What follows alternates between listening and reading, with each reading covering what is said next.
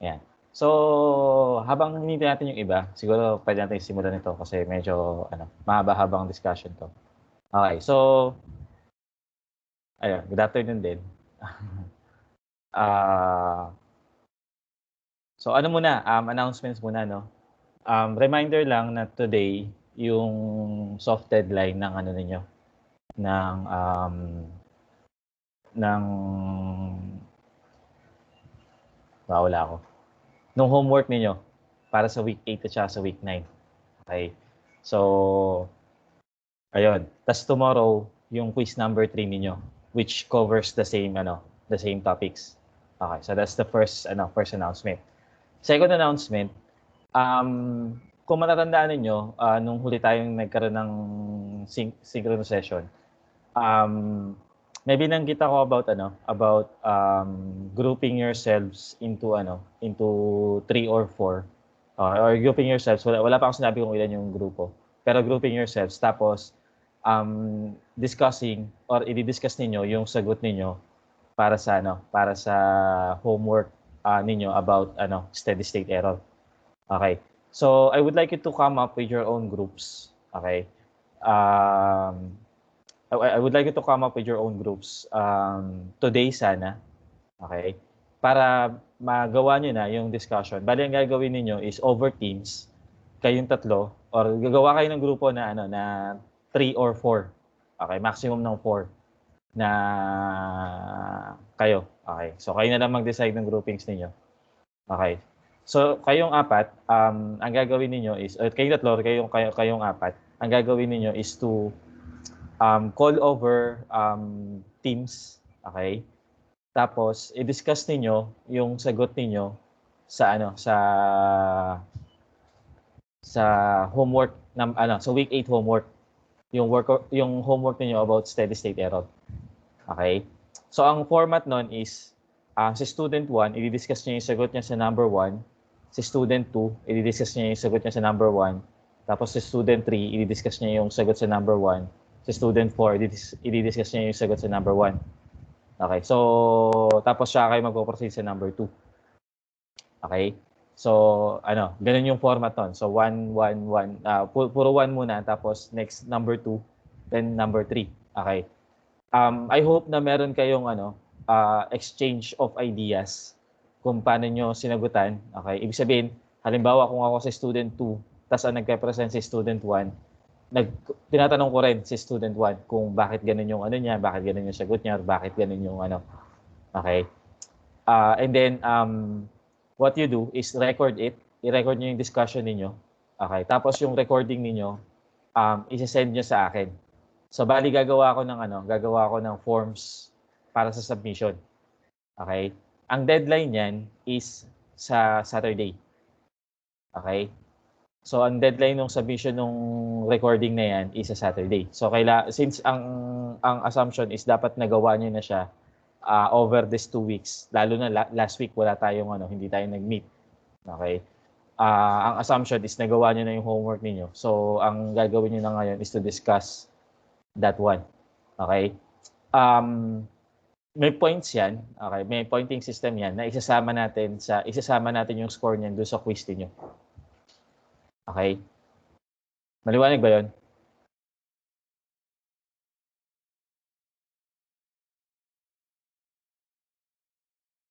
Okay, so hopefully gagawa ako ng submission repository niyan over forms. Okay? Which doon niyo i-upload yung video ninyo. Okay? So wala namang problema kung basta free discussion lang. I-discuss niyo lang yung sagot ninyo. Okay? Regarding dun sa regarding dun sa mga sagot niyo sa homework niyo. Okay? So that's announcement number 2. Okay, so again, so for this week ngayon yung deadline ng mga homework ninyo, homework para sa week 8 at sa week 9. Tapos number 2 bukas, quiz number 3. Okay, and then yung third announcement natin is yung tungkol sa focus discussion group. Okay? So, okay na yun? Wala nang questions?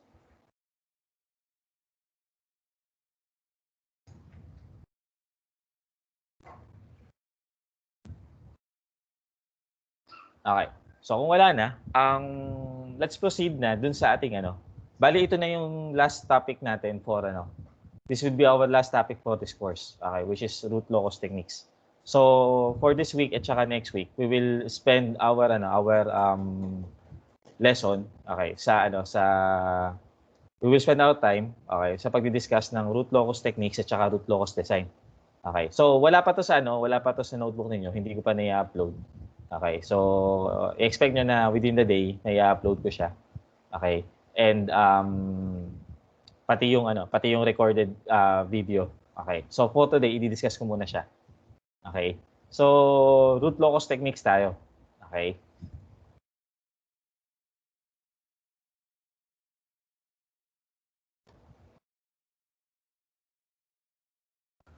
So now that kita yung kita yung screen ko.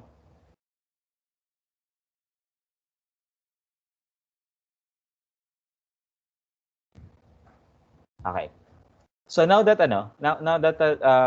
kasi tapos na tayo dun sa tatlong natin eh. Tapos na tayo dun sa tatlong kung maalala nyo, dun sa ating sa simula ng course natin, pinag-usapan natin, meron tayong tatlong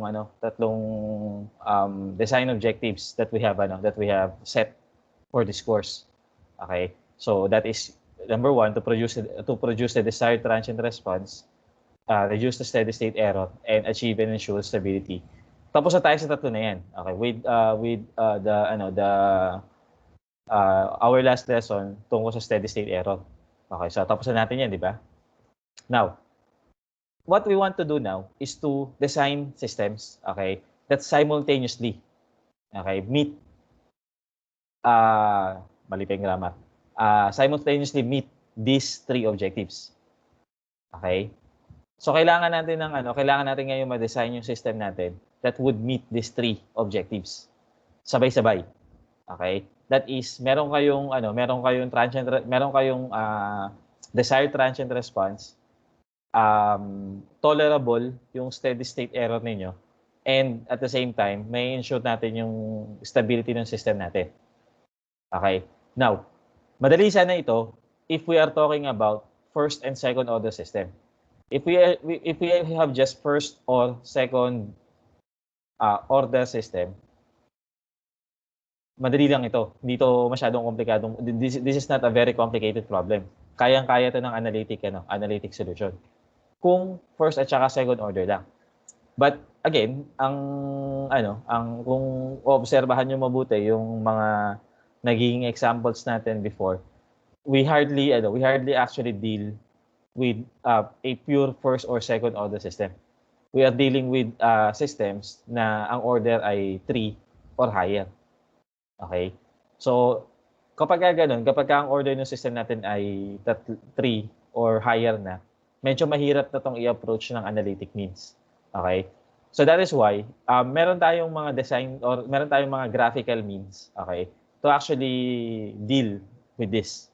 Okay? Supposedly, dalawa yung di-discuss natin graphical techniques. Okay? Number 1 is yung root locus technique, tsaka number 2 yung frequency response technique. Okay? Kaya lang with the time constraint that we have, it's likely na hindi na natin ma-discuss yung frequency response. Okay? So, I hope na in the future you would have some opportunity to discuss frequency response techniques. Although itong frequency response techniques makakatulong sana ito sa inyo kung ito ay di-discuss nyo rin sa electronics niyo. Kung maalala niyo yung topic nyo about small signal analysis ng transistor, it actually involves some frequency response techniques. Kaya lang ang ginawa dun sa approach sa lesson niyo, medyo puro shortcut na yung binigay. Okay? So, bali dito sana natin i-discuss yung parang pinaka-basis nun. Okay? Kaya lang yun nga, medyo kukulangin tayo ng oras. Okay? So, it's more or less let's just deal with root locus techniques first. Okay? So, ayun. what we will do in the next 2 weeks, ngayon tsaka next week, okay, we will demonstrate paano yung root locus is being used, how is the root locus being used to analyze and design systems in terms of its transient response, steady state error, tsaka stability. Okay? So at the end of this lesson, you must be able to, 1, define a root locus. Define natin siya. Number 2, state the properties of the root locus. Number 3, roughly sketch a root locus. Okay. Number 4, find the coordinates of points on the root locus and their associated gains. Okay. And number 5, use the root locus to design a parameter value to meet transient response specification for systems of order 2 and higher. Okay. So meron tayong basic design lesson. Okay.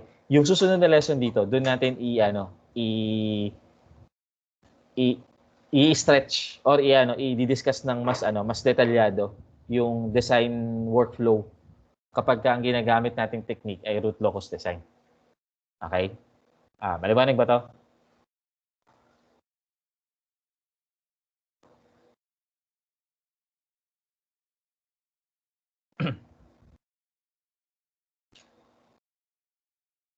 Okay. So,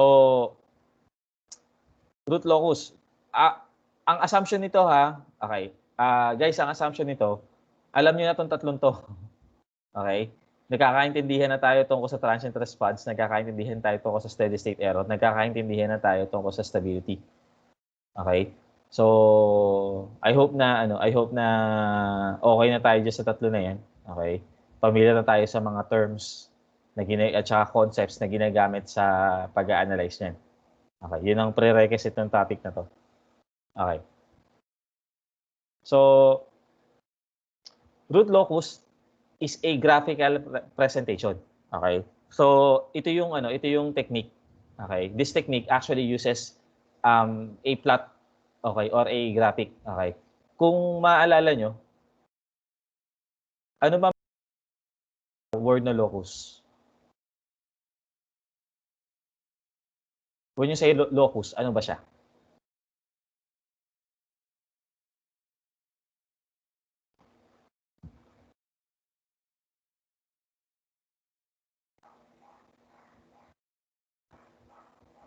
Anyone?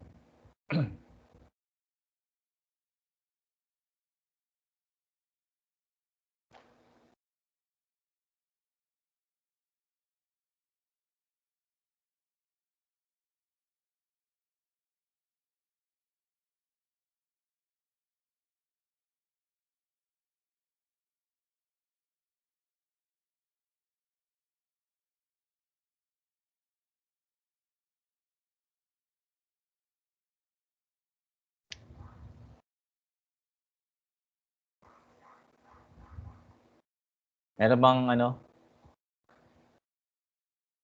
Hindi, yung word lang na the locus.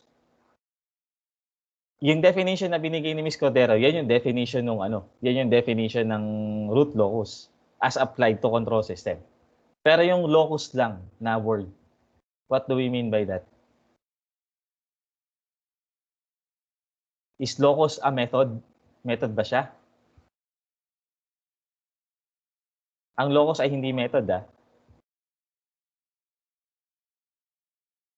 Yan. Sino sa inyo merong analytic geometry na na subject? Baka lumang curriculum pa kayo. Sino sa inyo may analytic geometry pa? Or trigo? Ayan. Dapat yung locus na yun na-encounter nyo sa analytic geometry o sa trigonometry ninyo.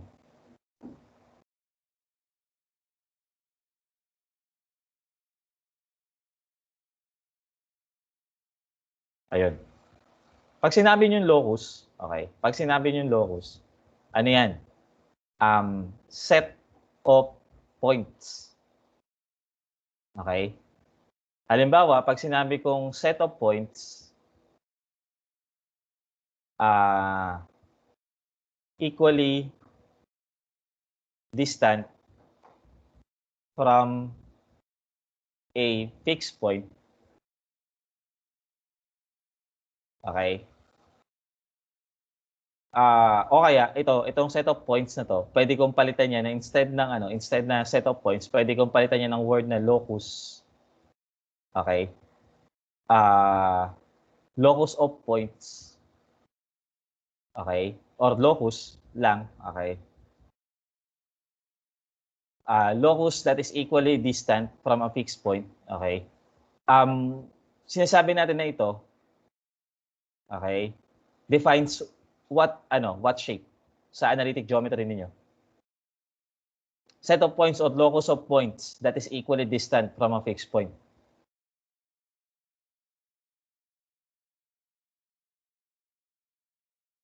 Anong dinedefine nating shape nito? Or anong dinedefine nating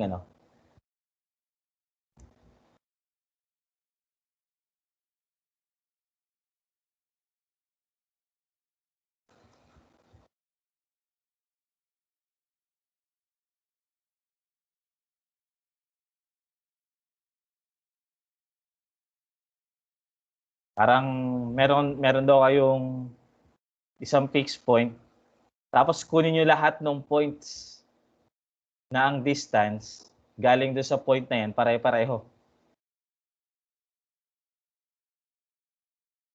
Pagka kinuha ko lahat ng locus na yon. Okay? Ano mabubuo kong plane figure? Circle. Ayun. So, yung circle na mabubuo, okay, ito. Yung mabubuo nyo, yung mga points na yan, okay, yung mga points na yan, okay, tawag dyan, locus. Okay? So, locus are set of points, okay, that defines a certain property or that satisfies a certain property. Yun yung locus. Okay? Kaya pag pinag-usapan natin yung root locus ninyo, okay? When you say root locus ninyo, it actually pertains or it actually is being used sa control systems engineering. Yung root here actually pertains to poles or specifically closed loop poles.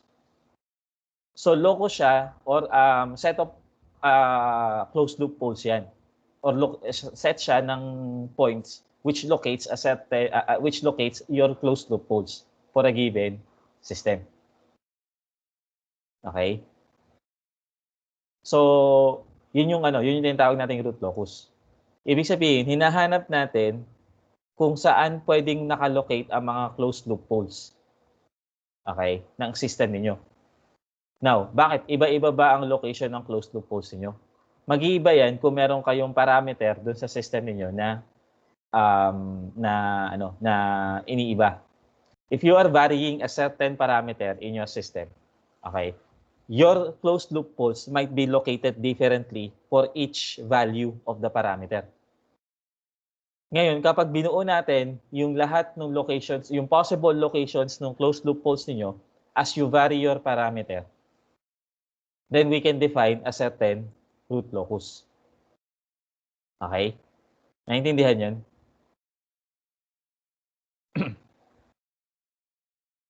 Medyo nakakangawit to .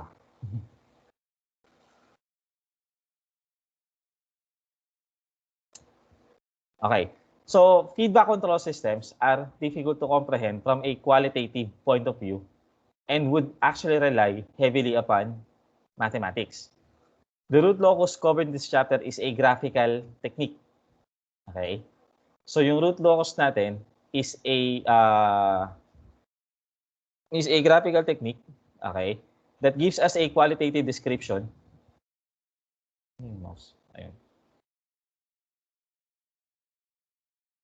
Ayun. Yung root locus natin, covered this chapter, is a graphical technique that gives us a qualitative description of a control system's performance that we are looking for and serves as a powerful quantitative tool, okay, that yields more information than the methods already discussed. Okay?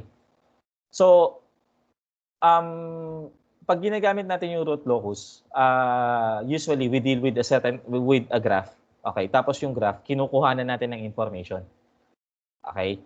So, dahil nga ang problema natin with the control system is yung yung mathematics that is involved. Pag ang pinag-usapan natin ay ay systems of order 3 and higher is actually very complicated. So, yung root locus, dahil nga graphical method siya, it would actually simplify yung discussion or yung analysis ng system, analysis tsaka design ng system kung ang order ng system natin is higher than 2. Okay? So the real power of root locus techniques lies in its ability to provide solution for systems of order higher than 2. Okay? The root locus can be used to describe qualitatively. Okay? Which means walang kailangang masyadong mathematics. Okay? Or walang kailangan masyadong computations. Okay? So it is used to describe qualitatively the performance of a system as various parameters are changed. Okay? Although kahit anong parameter sa system ninyo, pwede nating palitan, makakapag-generate tayo ng root locus. Okay? Pero dito sa ating lesson, sa susunod na lesson natin, ililimit natin yung ating discussion sa change in gain.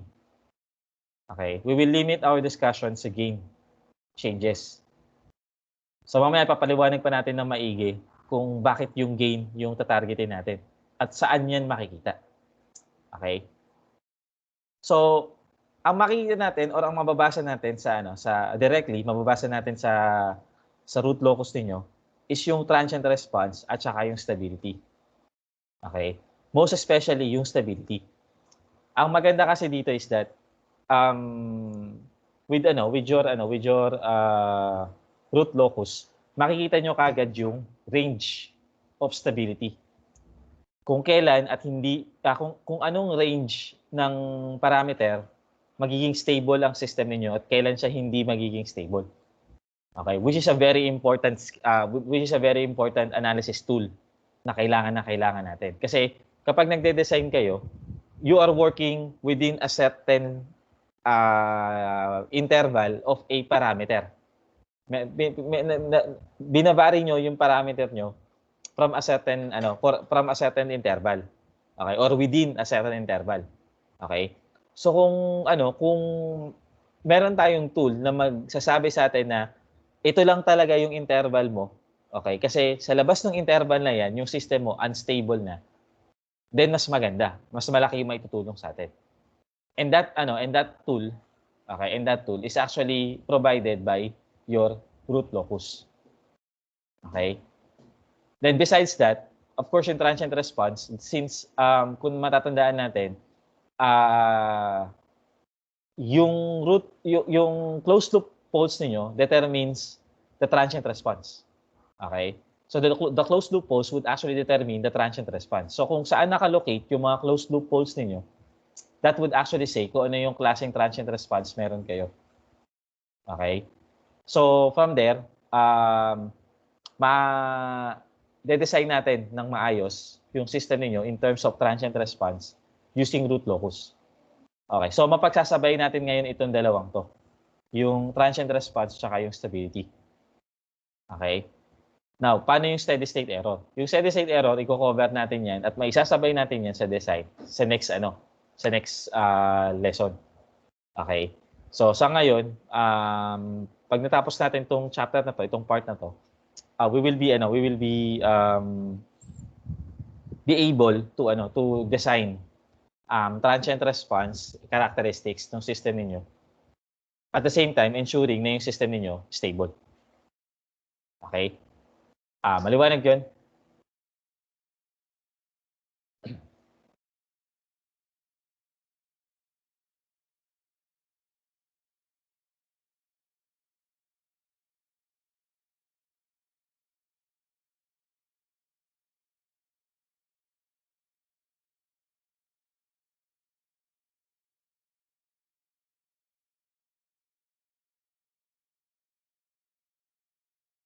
Okay. Now, before we proceed with the discussion ng root locus, pag-usapan muna natin yung dalawang concepts na papasok. Okay, number 1 is the control system problem. Okay. Ayan. And number 2, yung complex, ito yung pag-uusapan natin, yung control system problem at saka yung complex number and their representation as vectors. Hanggang ngayon, hindi ko pa rin ma-master tong highlighter na to. Ito nga lang. Ayan. Yung control system problem at saka yung complex number and their complex representation as vectors. Okay. So, pag-usapan natin yung control system problem. Okay. Pag meron kayong system, okay, something like this, okay. Tandaan nyo ha, ang system natin, generally, mag-uumpisa yan sa ganito. Okay? Hindi natin isulat. Ayan. Magsisimula yan sa ganito. Meron kayong, sige, mamaya na pala. Yan. Yan. Tapos, okay. Diyan tayo nag-uumpisa ng control system ninyo. Okay? Tawagin natin yung transfer function to, tawagin natin F. Ito tawagin natin C. Okay? Ibig sabihin, hindi pala C yung output natin. Ang output natin, tawagin natin Y.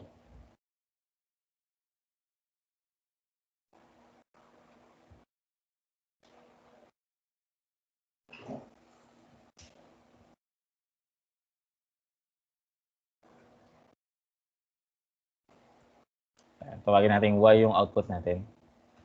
Tapos ito, tawagin natin G. Tapos ito, H. Anong tawag nyo dito?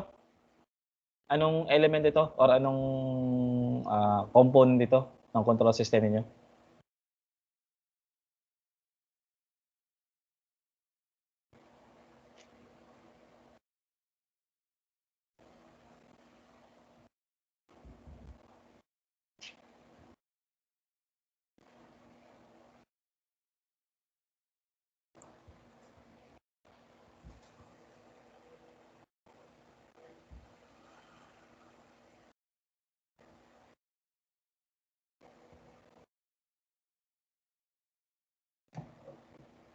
Nakalimutan na. Anong element ito? Okay, this is the input transducer. Ito.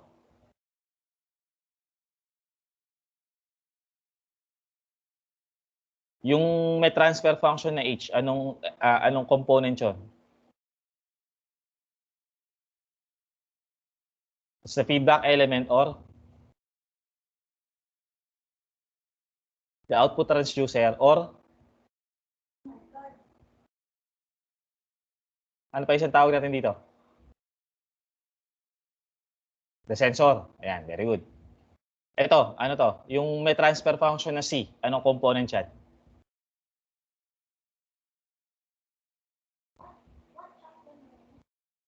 This is the controller. Okay? And then, ito.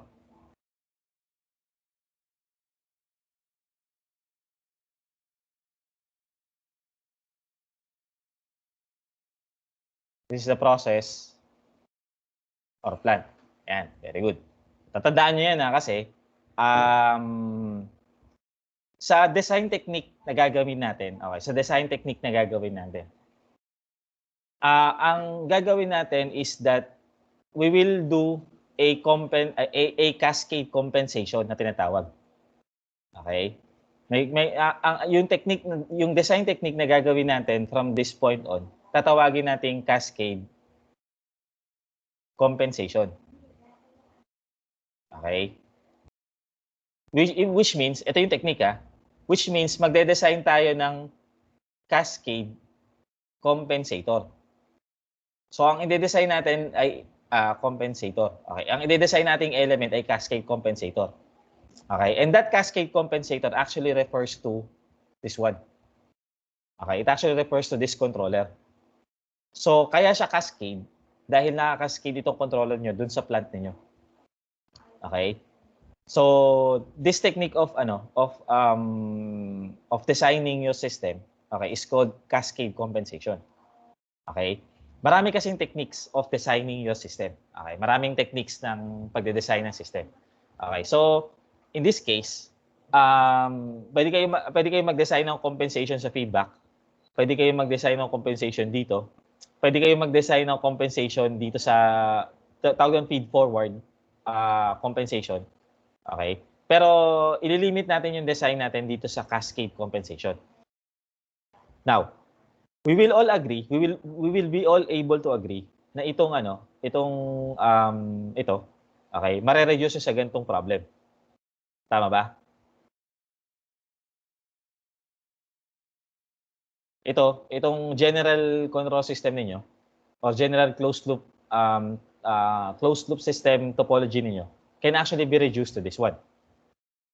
Tama?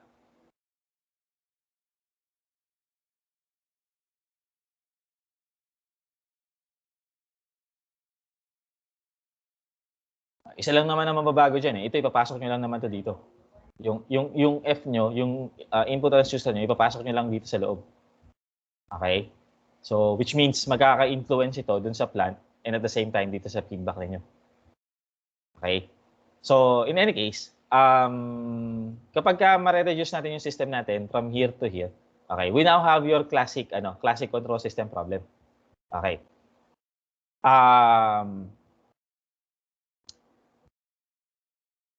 Tawag dito. Anong tawag niyo sa product nung forward transfer function, KG? Okay, this is the forward transfer function.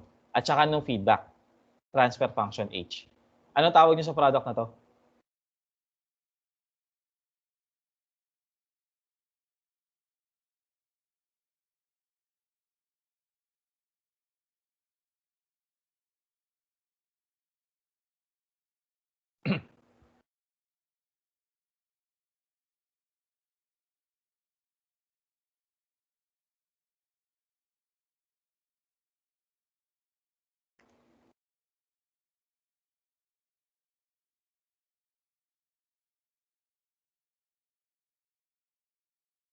Kalimutan na.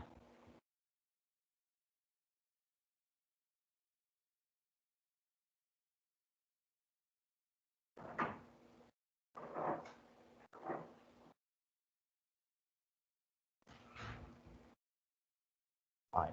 Ito yung tawag nating forward transfer function, di ba? Tapos ito yung tawag nating feedback transfer function. Pag minultiply kung dalawang yan, anong tawag natin dun sa product nila?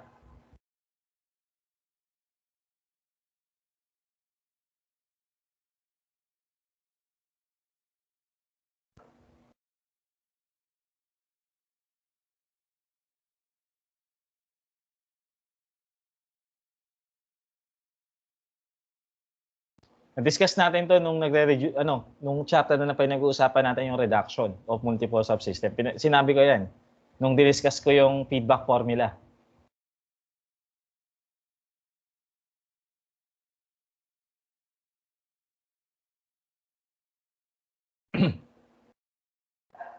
Ang tawag natin dyan?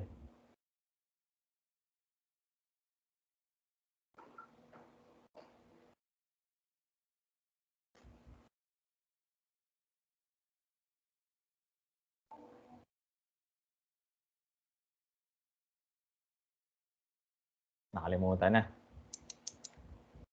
Tawag natin dyan, open loop transfer function. Yung product ng forward transfer function ninyo, tsaka yung product ng feedback transfer function ninyo, is called the open loop transfer function. Maliwanag?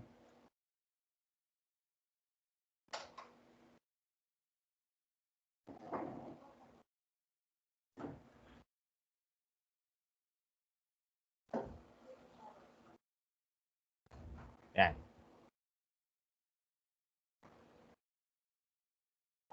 Okay? Now,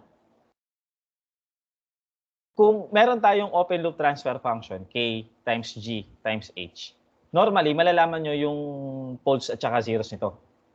Okay, kaya nyo alamin yung poles at saka zeros niyan. Paano nangyari yun? Ganito yan. Kung halimbawa, yung G natin, yung transfer function G natin, is meron numerator polynomial, okay, at saka denominator polynomial. Tapos yung H natin meron ding numerator polynomial at saka denominator polynomial. Okay. Pag yan, minultiply nyo, yung k times g times h results to k times ng times nh divided by dg times dh. Okay? Kaya ko bang isolve yung poles nito? Masosolve na, paano natin isosolve yung poles nito? Or paano ko kukunin yung poles nito?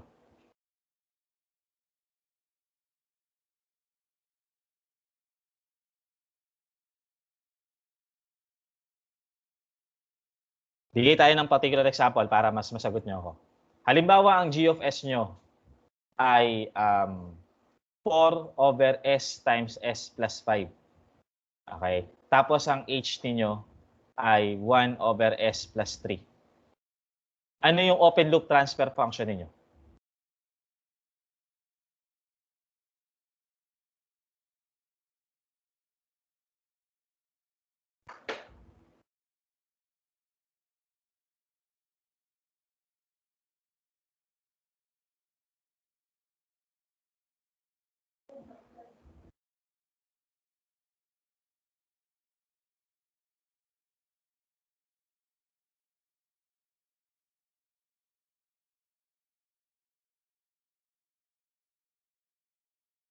Yan.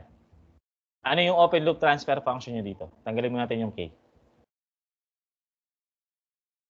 Yung open loop transfer function lang muna. GH.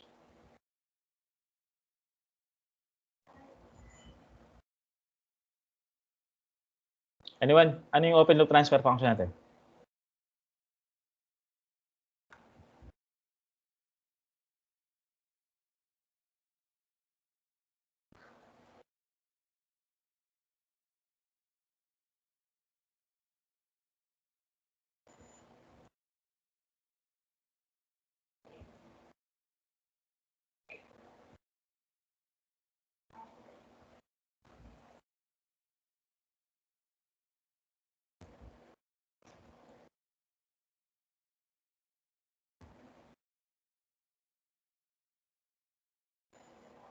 Hindi ko na-gets yung na-type niya. No? 4 over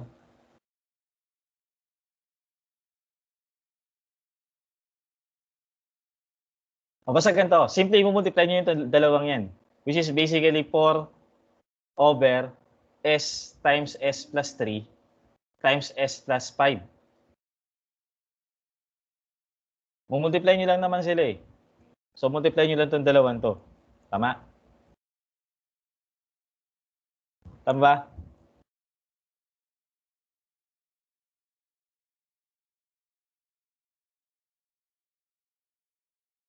Okay. Ngayon, ito nga yung tinatawag yung open loop transfer function. Okay?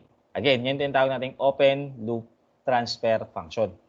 Now, makukuha ko ba yung poles nito? Makukuha ko ba yung tatawagin nating open loop poles? Okay? Dahil yung open loop poles ay galing sa open loop transfer function. So, makukuha ko ba yung poles ng open loop transfer function ko? In short, ano yung poles nito? So, makukuha natin yung poles natin at s equals 0, s equals negative 3, at saka s equals negative 5. Tama? Okay. So, okay yun. Nakukuha natin yung, makukuha natin yung poles niya. Okay? Or yung tinatawag nating open loop poles. Okay? So, okay yun. Now, kaya lang, sabihin natin na meron tayong controller. Okay? Kasi, ang gusto natin mangyari is i-design tong controller natin. Okay? Sabihin natin meron tayong controller. So, may controller kayo dito. This is, sabihin natin pure gain muna. Okay? Pure gain lang muna yung, yung controller natin. Okay? Tapos meron kayong 4 over s times, s plus 5. Okay? Tapos, meron kayong feedback na 1 over s plus 3. Ayan. So, obviously, yung inyong open loop transfer function, okay, yung inyong open loop transfer function is, kasi cascaded to eh. Okay, so that's K times GH. So lalabas dyan, it's 4K over S times S plus 3 times S plus 5. Again, makukuha natin yung open loop transfer function, yung open loop poles nito at S equals 0, S equals negative 3, at saka S equals negative 5. So wala tayong problema doon. Tama? Tama ba yan? Okay. Pero tatandaan natin, tatlo na lang yung kausap ko. Pero tatandaan natin na ang transient response nyo saan nakadepende?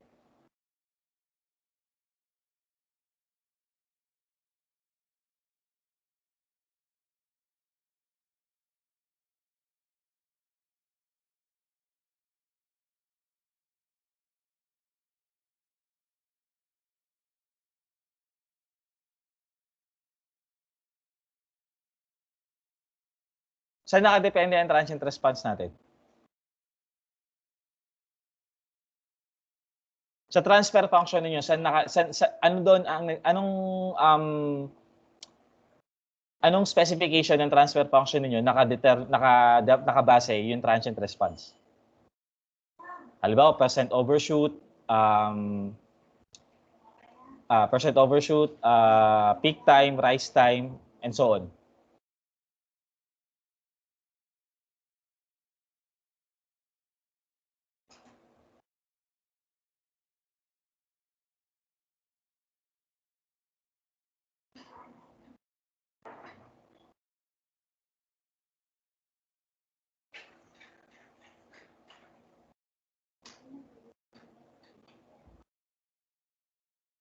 Kumbaga ganito, sige, para mas maanuhan nyo.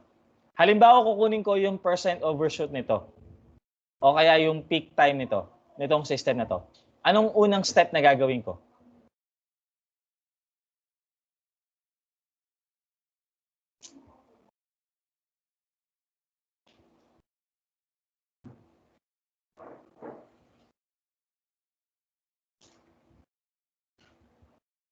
Kunin yung damping ratio. Pero makukuha ko ba yung damping ratio galing dito?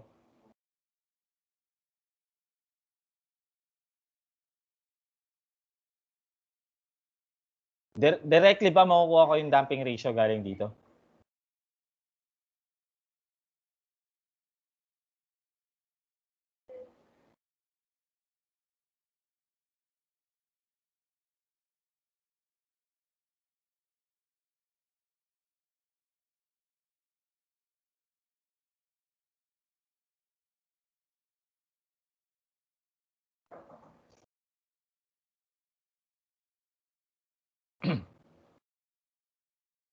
I don't think so. Alam ko hindi nyo makukuha yung damping ratio kagad dito kasi meron kayong unang kailangan gawin muna bago nyo makukuha yung damping ratio. Which is?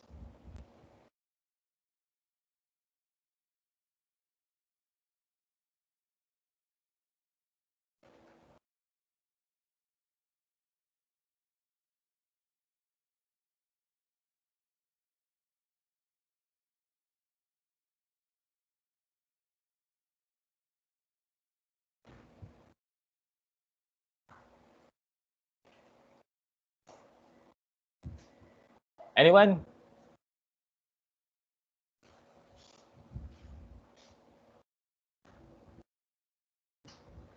Solving for the poles.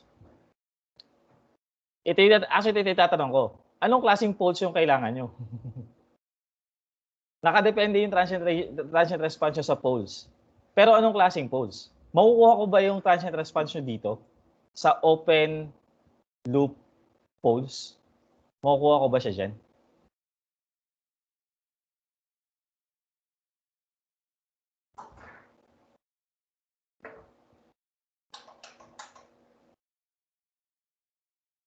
Again, sinasabi ko sa inyo before doon nasa complex nasa reduction tayo ng system. Sinasabi ko sa inyo before, anong form nyo i-reduce ang system para makuha nyo yung transient response? Anong form nyo i-reduce ang system para makuha nyo yung stability? anong form nyo i-reduce ang system para makuha yung steady state error. Sinabi ko sa inyo yan before.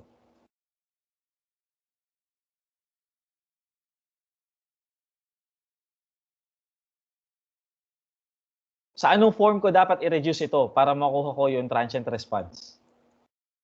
Or para ma-evaluate ko yung transient response nito? Kasi may feedback pa to eh. So, anong kailangan kong gawin dito para makuha ko yung transient response niya?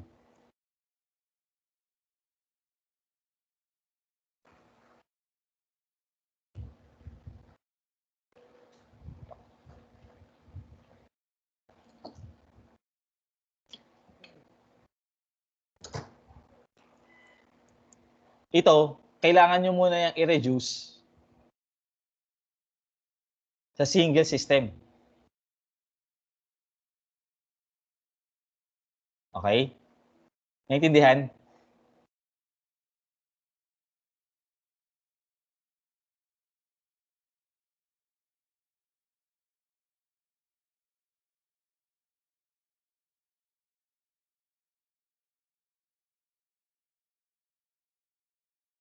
Ngayon, kung i-reduce ko to sa single system, okay, kung i-reduce ko to sa single system, ano yung tawag nyo ngayon sa equivalent transfer function? Anong tawag nyo ngayon sa T of S? Pag na-reduce na siya sa single system.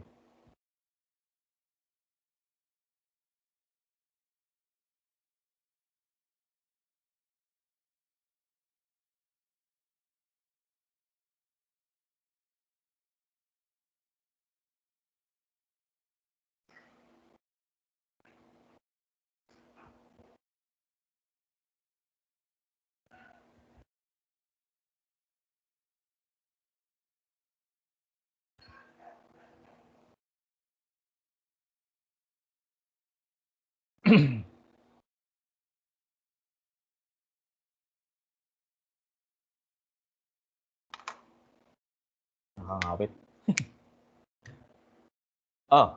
Ang tawag natin sa T of S, pagka na-reduce na siya sa single system, ano yung magiging equivalent transfer function niya?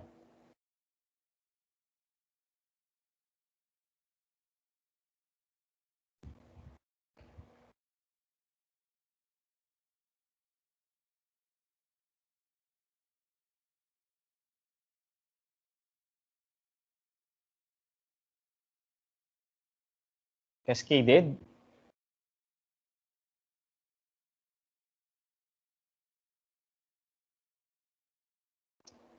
First order? Ang nakalimutan na yung konsepto ng open at saka closed loop transfer function. Ang tawag niyo dyan, chapter 5, chapter 4 pa to closed loop transfer function.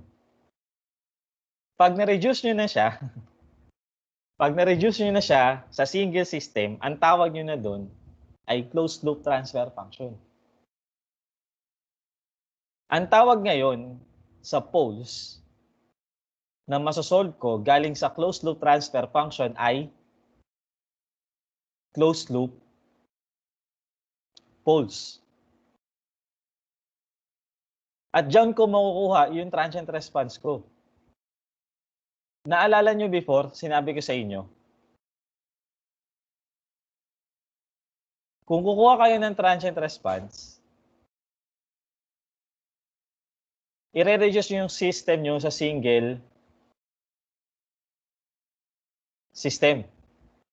Which means, o sa single block. I-reduce natin sa single block yung system niyo. Which means, kailangan nyo yung closed loop transfer function para makuha nyo yung transient response. Ganun din sa stability. Kailangan nyo yung single block, okay, para makuha nyo yung closed loop transfer, para makuha nyo yung stability, kailangan nyo yung closed loop transfer function. Maliwanag na ba to?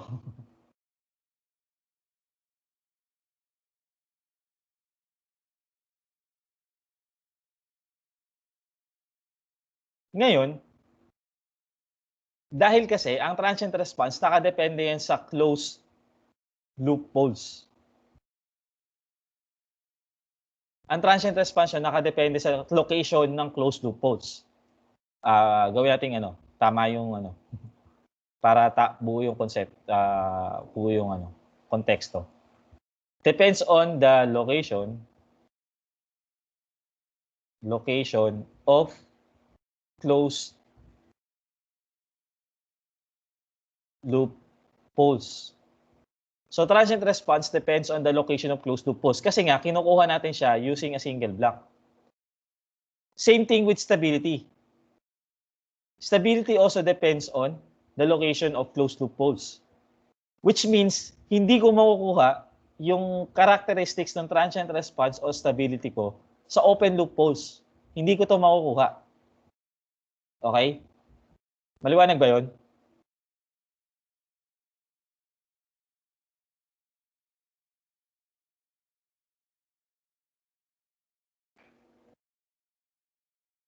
Okay. Ngayon, so kung hindi ko pala siya makukuha dito, ibig sabihin ito, okay, ito, or I mean, sorry, hindi yan. Ito pala, itong system ninyo. Okay, balikan natin yung system natin dito. K, tapos 4 over S times S plus 5. Tapos, this is 1 over S plus 3. Ayan. Or Y. Tingnan natin Y. Again, paano ko makukuha yung transient response ito? Kailangan hanapin ko yung equivalent closed loop transfer function natin. Okay? Kailangan ko hanapin yung equivalent closed loop transfer function natin, which basically is 4K over S times S plus 5 divided by 1 plus 4K times 1 divided by S times S plus 3 times S plus 5. So, lagyan natin din to ng S plus 3 tsaka ng S plus 3 sa taas, which now reduces this to S times S plus 3 times S plus 5 plus 4K sa taas is simply 4K times S plus 3. Tama ba?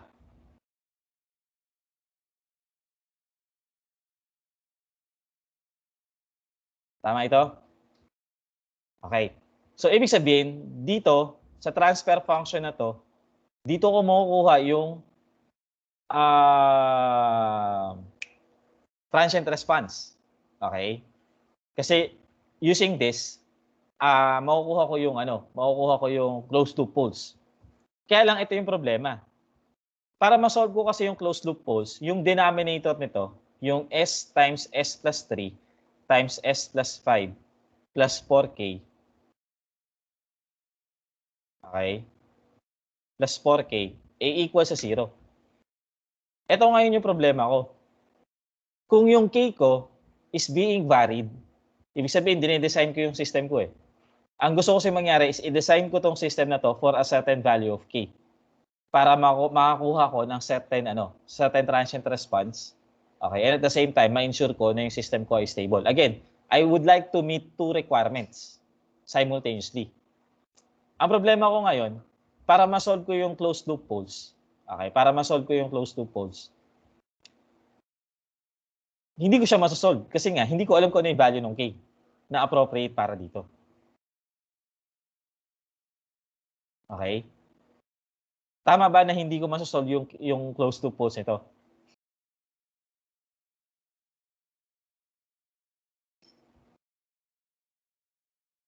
Okay. So, since hindi ko masosolve yung closed loop pulse nito, yan nga yung tinatawag yung control system problem. Ito yung problema natin ngayon sa control system. Okay? If we want to design, okay, babalikan ko to. Okay, if we want to design this system, for certain transient response or stability requirement, okay?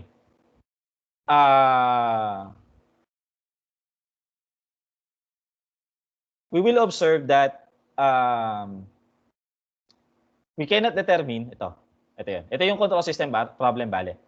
we cannot determine the poles of the transfer function kg over 1 plus kgh, or in other terms, we cannot determine the closed loop poles of the system unless we factor the denominator. Okay? But the problem is, the pole locations, okay, vary with changes in k. Pag binabago nyo yung k, mababago rin yung location ng poles ninyo. Okay? So in that case, pagka ganyan yung problema natin, dyan papasok yung root locus natin. Or dyan natin magagamit to our advantage yung root locus. Okay? So yan yung control system problem na tinatawag.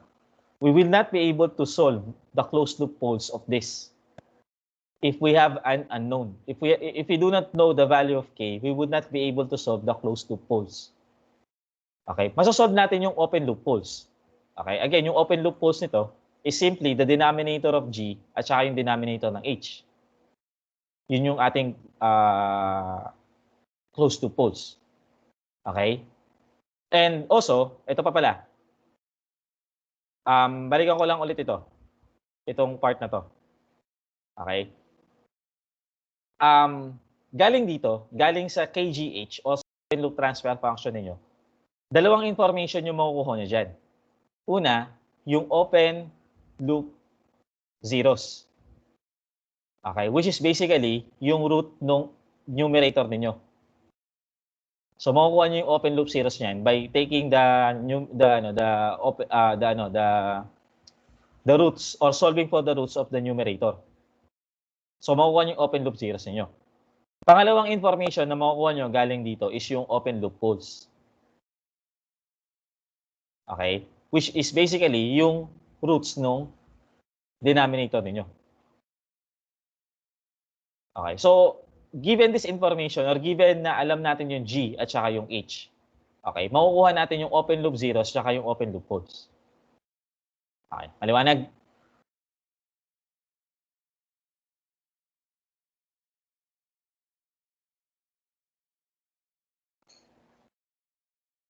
Okay, tatandaan nyo mabuti ito kasi mamaya gagamitin natin yan. Okay? Now, let's move on to vector representation of complex number.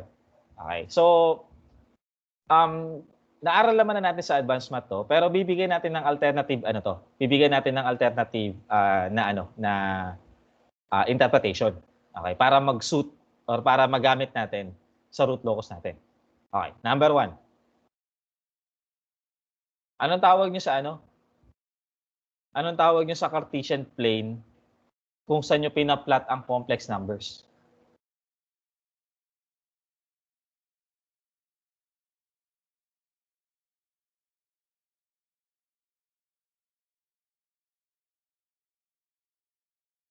Anong tawag nyo sa Cartesian plane na to?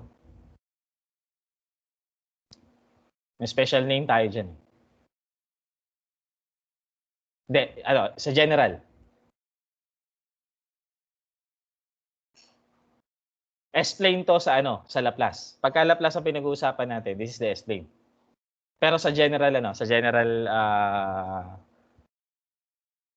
complex plane, meron tayong particular plane na ginagamit dyan sa advanced math. A, yung umpisa.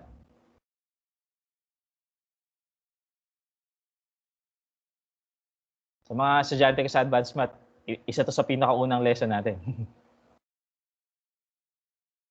Yon, Argand plane or Argand diagram.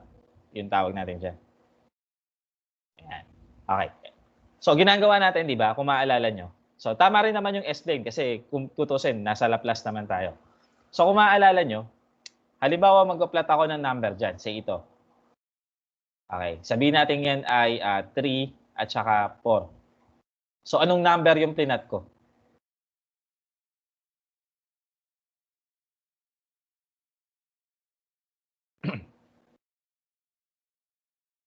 3 plus 4i o kaya 3 plus G4. Okay, ganyan yung plinat natin. Okay, very good. Ngayon, halimbawa ngayon, meron akong function, f of s, halimbawa. Sabi natin S plus 3. Okay? Now, what becomes of this kung si S, papalitan natin ng 3 plus J4?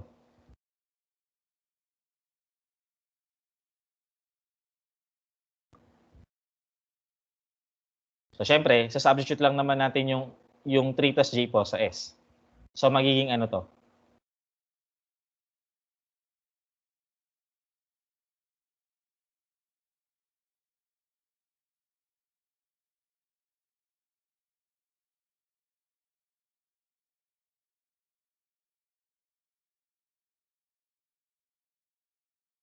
Substitute lang natin to dito. So, simplify lang natin.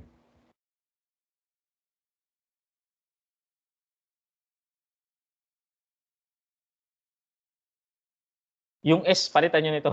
3 plus J4. Kung papalitan ko yung S yan, magiging 3 plus J4 plus 3 yan. Or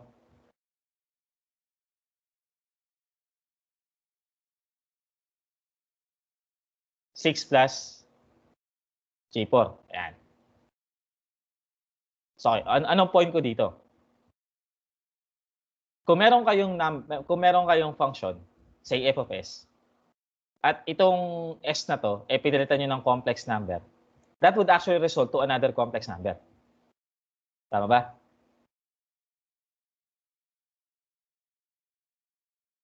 Hindi natin ha.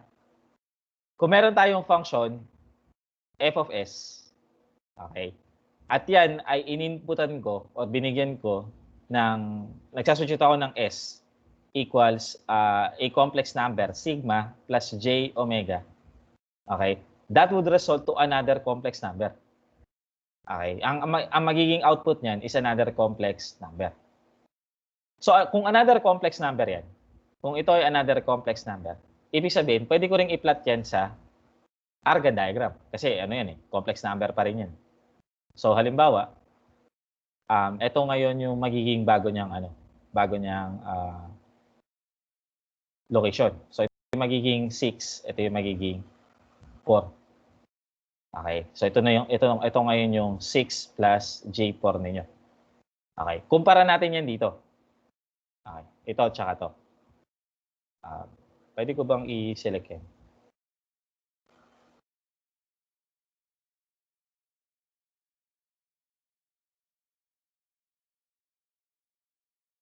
Joke lang. Wait lang. Ito lang pala. Ayan. Copy.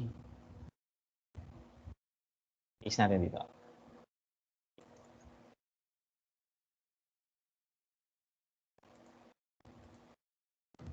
Ayaw.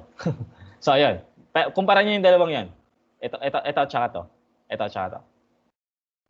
Okay? Now, mamagicin natin ngayon to. Okay? Ang gagawin natin is that, ganito. Una, i-take note natin ito na yung function kung saan ko sinubstitute. Okay, yung original number ko, okay, ay merong plus 3. Okay? So, kung iti-treat ko yan as parang s plus 3 over 1. Numerator value yung s plus 3. Itong s equals negative 3 is basically a 0. Okay? Is basically a 0 of the function. Tama ba?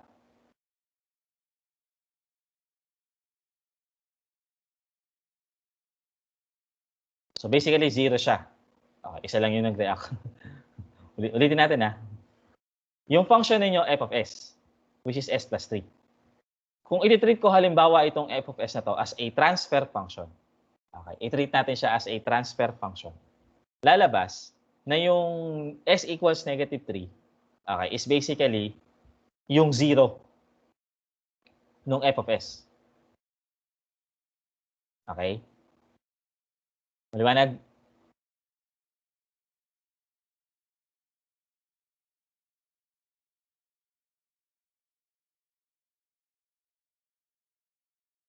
Okay. So, sige. Now,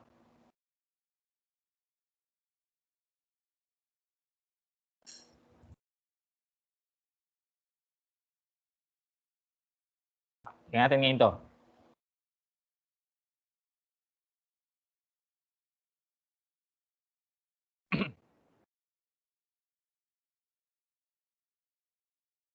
Ang hirap mag-drawing sa ano, madulas. Ayan. Kung ito yung point, kung i-drawing ko tong line na to, okay, tawag natin dyan vector. Okay? So, ibig sabihin nitong point that connects, okay, yung origin as its starting point. Tapos itong point na to, yung 6 plus J4, okay? Yung 6 plus J4 as our terminal point, makakapag-drawing ako ng tawag na vector.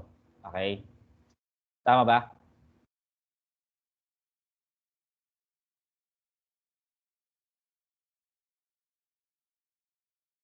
Okay. So kung vector 'yan, okay, ibig sabihin niyan, meron niyang magnitude m, tapos meron niyang angle theta. Tama?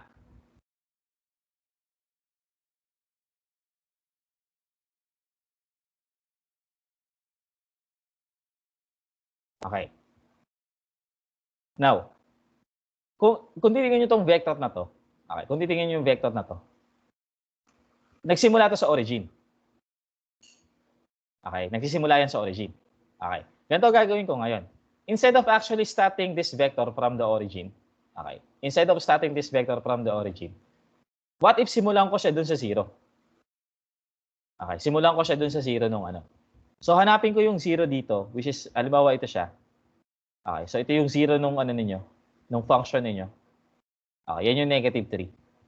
Tapos i-drawing ko yung, bali itong vector na to.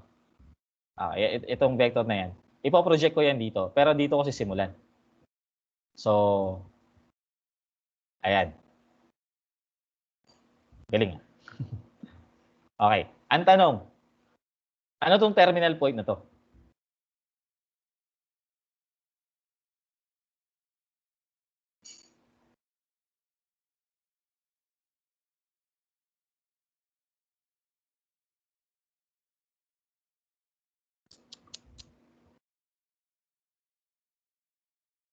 So yung terminal point na yon is 3 plus J4. Very good. Okay? So kung yan yung terminal point niyan, ibig sabihin,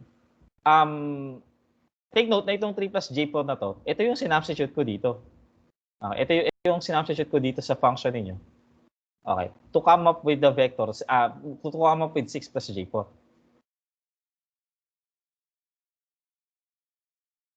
Pero take note din, okay, na yung magnitude nito is also its magnitude. Tapos yung angle na to is the same angle as this one. Tama ba?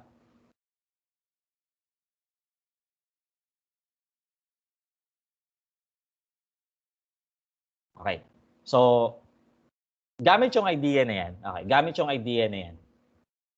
I-expand natin ngayon. Gawin natin mas komplikado yung function f niyo. Okay. Gawin natin siya mas komplikado. Halimbawa, meron akong f of s equals s plus 3 over s times s plus 5. Okay? Tapos, gusto kong i-evaluate itong f of s ko when s equals, sabihin natin 6 plus j2. Okay? 6 plus j2. Okay. So, pwede kong i-attack yung problem this way. Okay? Kasi ang mangyayari dito is that, pwede akong gumawa ng vector. Okay? Pwede akong gumawa ng vector na magte-terminate dun sa point na isa-substitute ko dun sa function ko. Pero starts at either the pole or the 0. Okay? Ulitin ko. Pwede akong gumawa ng mga vector. Okay? Pwede akong gumawa ng mga vector kung saan naka-terminate siya dun sa value ng s for which I would like to substitute dun sa f of s para ma-evaluate ko yung f of s. But starts at the pole or the 0 of my function. Okay? So kung gagawin ko yan dito, kung gagawin ko yan sa function na to, first things first. First things first. Hanapin ko muna kung nasan tong mga poles at saka zeros nito. Okay? Halimbawa, may 0 ako sa -3. So, ito siya.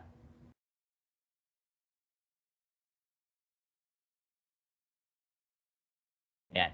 May 0 ako sa -3. Meron din akong 0 sa meron akong pole sa -5. Ito. Meron akong pole sa -5. Okay. Tapos, meron akong pole sa 0. Sa origin. Okay. Ngayon, since I would like to substitute 6 plus j2 sa aking f of s, okay, lahat ng vector ko ngayon, okay, lahat ng vector ko ngayon should be terminated sa point na to. Okay, which is your 6 plus j2. Ay, baliktad. Sorry.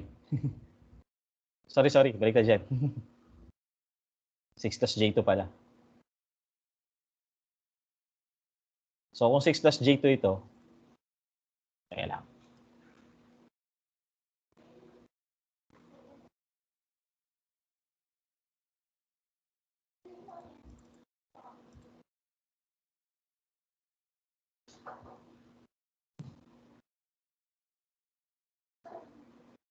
Ito pala yung 6.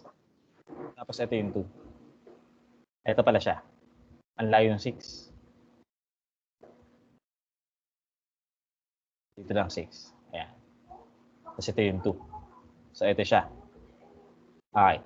So, what would happen is, gagawa ako ng mga vector, okay, na magte-terminate dito, pero magsisimula sa mga to. Okay?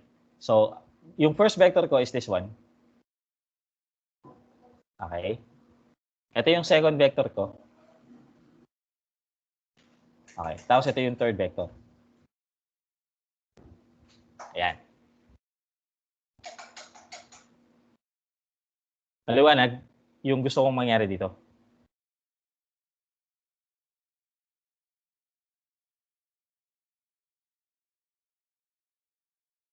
Okay.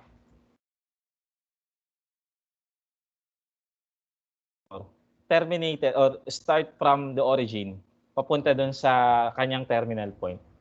Ang gagawin natin is that, sisimulan natin siya sa pole o sa zero. Okay, sisimulan natin yung vector ninyo sa pole and zeros. And iyan natin siya, i-terminate natin siya dun sa point of point with which I want to evaluate my function to. Okay, so again, yung problem natin is I would like to evaluate this function when s equals 6 plus j2. Okay? So para magawa ko yon is that I would draw 3 vectors starting from the poles and zeros, okay, of this. Okay, and then would terminate at 6 plus j2. Okay? Maliwanag 'yon?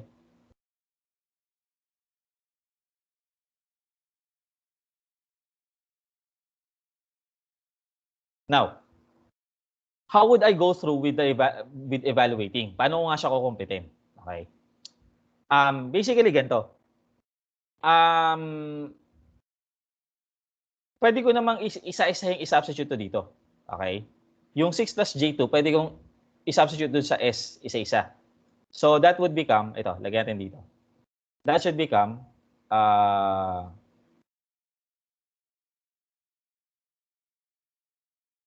parang f of s equals 6 plus j2 plus 3 divided by 6,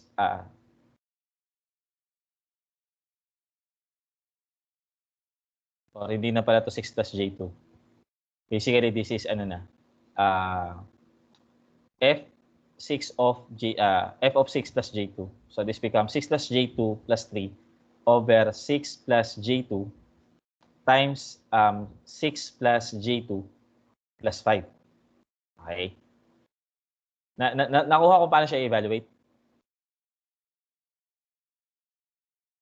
Okay. Simply, sa-substitute ko lang siya dun sa ano.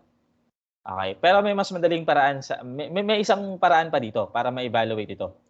Kasi ang gagawin pa natin is isi-simplify natin 'yan tapos ira-rationalize nyo pa. Okay. Ang isa sa pinakamadaling paraan para gawin 'to is to actually convert this at saka this sa ano, sa polar form. Okay? I-convert natin siya sa polar form. Okay. Kung halimbawa, yung 6 plus J2 plus 3, which is equal to 9 plus J2. Ano yung polar form nito?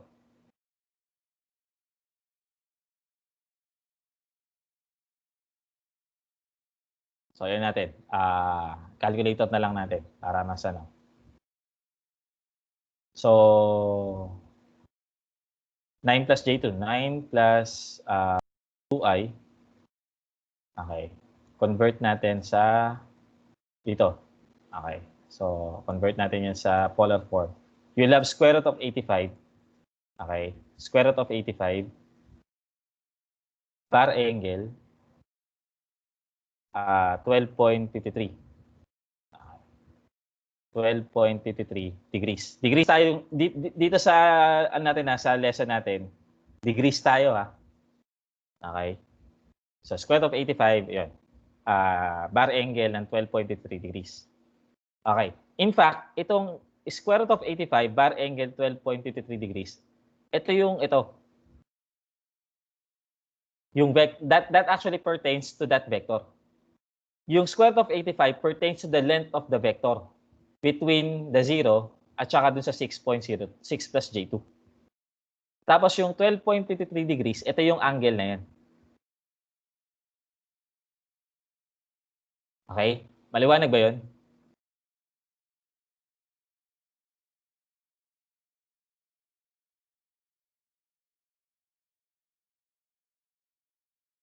Again, katulad ng sinabi ko kanina, dito sa part na to, kung kukunin nyo yung, yung 6 plus J4, yung magnitude at saka yung angle niyan, okay? Whether yan ang gamitin yung convention or ito, so nagsimula kayo sa negative 3, tapos magdeterminate sa 3 plus J4, yung magnitude tsaka yung angle niyan, pareho lang. So, ibig sabihin, kahit nakunin ko yung 9 plus J2 sa polar form, equivalent din siya dito sa magnitude at saka angle nitong vector na to. Okay? Same thing with this one, yung S. Okay, yung S dito, which is ito pala yun, which is basically 6 plus J2. Okay?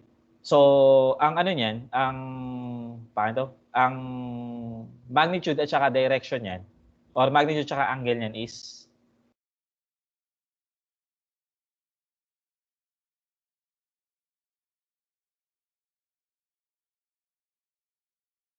yan. 6 plus 2i, ang magnitude niyan, ang polar form niyan is 2 square root of 10 bar angle 18.43 degrees.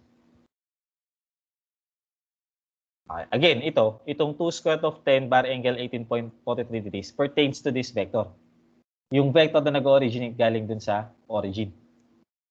So yung 2 square root of 10, yung haba niya, tapos yung angle na to is basically 18.43 degrees. Naintindihan yun?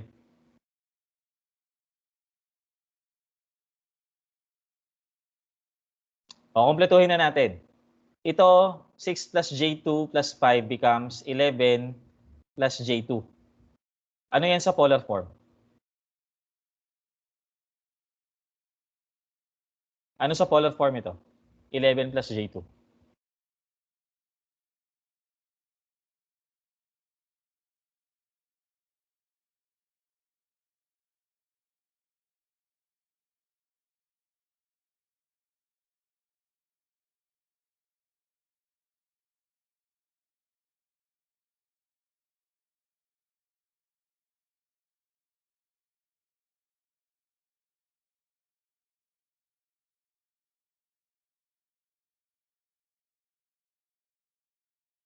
So, 5 square root of 5 bar angle 10.30 degrees. Okay. Question. Paano ko i-evaluate ngayon yan? Lalabas kasi that is square root of 85 bar angle 12.53 degrees. Divided by 2 square root of 10 bar angle 18.43 degrees times 5 square root of 5 bar angle 10.30 degrees. Okay, ang tanong, ano yung magnitude ng f of 6 plus j2? Ano yung magnitude niyan? Tapos ano yung angle niyan?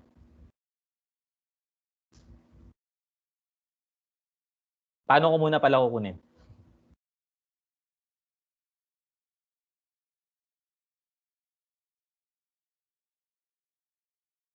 Naka-polar form na kayo, ha? So, madali nito pag polar form.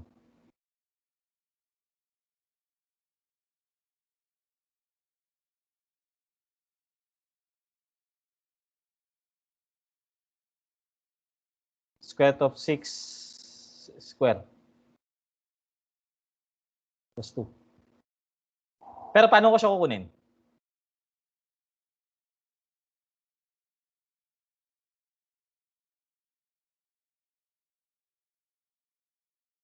Bukod sa value, paano ko siya kukunin?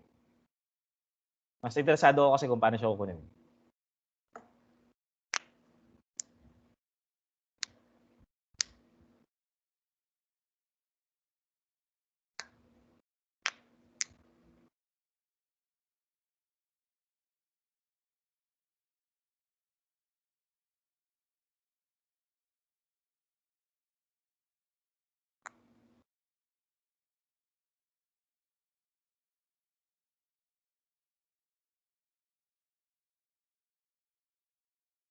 Di ba ganito? Square root of 85 divided by 2 square root of 10 times 5 square root of 5. Yan yung magnitude. Tapos yung angle, 12.53 degrees minus 18.43 degrees plus 10.30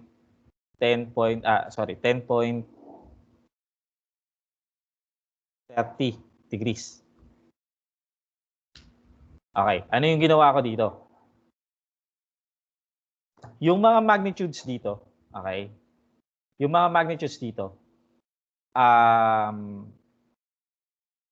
i-multiply at saka i-divide ko. Pero iba yung ano, ang i-divide, ang i-multiply ko lahat nung nanggaling sa zero.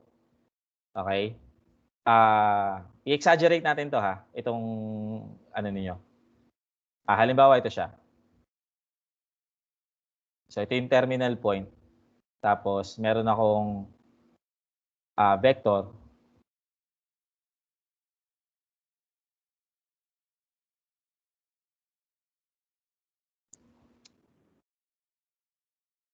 Meron akong vector galing sa mga zero. Halimbawa yan. So halimbawa ito yung isa.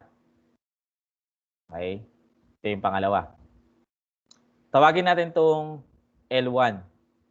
Tapos ito, theta 1. Okay? Tapos ito, tawagin natin L2. Tapos theta 2. Okay. Tapos ganito, meron din ako mga poles. So meron akong pole dito. Tsaka dito.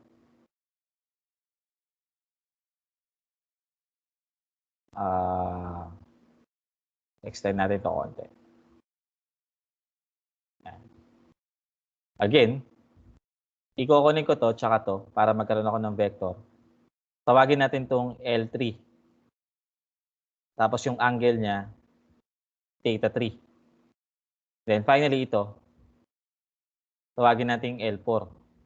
Tsaka ito, theta 4. Okay?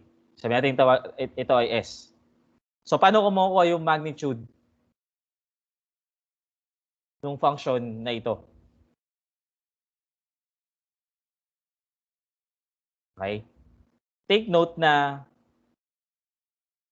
lahat ng green or lahat ng nanggaling sa mga zeros, i-multiply ko sa numerator. So L1 times L2. Okay? Tawagin natin 'tong tawagin natin itong yung L1 at saka yung L2, tawagin natin siyang zero lengths. Which means ito yung mga lengths or ito yung mga magnitude na nanggagaling sa mga zeros. Okay? Maliwanag ba?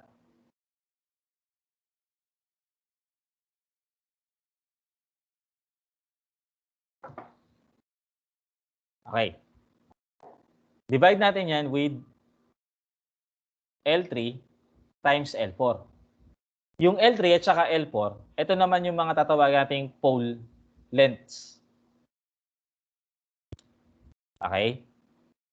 So yung pole lengths, ibig sabihin ito yung mga magnitude of the vectors that originated from poles.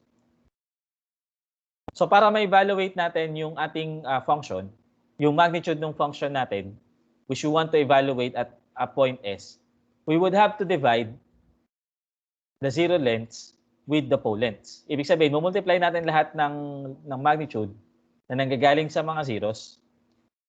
Okay? Tapos i-multiply natin yung mga magnitude na nanggagaling sa mga poles.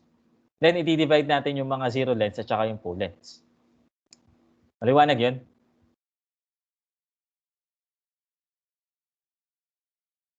Bale, ito yun. Sorry. Ito pala. The magnitude m, okay, the magnitude m of f of s at any point s is this one. So yung product ng zero lengths, okay, divided by the product of the pole lengths. Okay? That will be the magnitude of f of s at any point s. Okay. Yung angle, ano naman gagawin natin? Okay. So same thing, yung angle dito, okay, yung theta 1, since nanggagaling sila sa nanggagaling sila sa zeros, nasa numerator 'yan. Okay? So again, yung rule natin sa complex number, na kapag ka nasa numerator yung angle, positive siya. Treated siya as positive. Pag yung angle nyo nasa denominator, treated siya as negative. Nama-minus siya dun sa mga angle natin. Okay? So, yung angle theta 1 at saka theta 2, okay, yung angle theta 1 at saka theta 2, tatawagin natin itong zero angles. Okay? So when you say zero angles, these are angles of the vector that originate from the zeros of the function. Okay? And in this case, ang measurement ng angle natin, please take note of this. Ang measurement ng angle natin ay laging manggagaling sa dito, sa direction na to, counterclockwise. Lagi natin ganyang i-measure yung angle.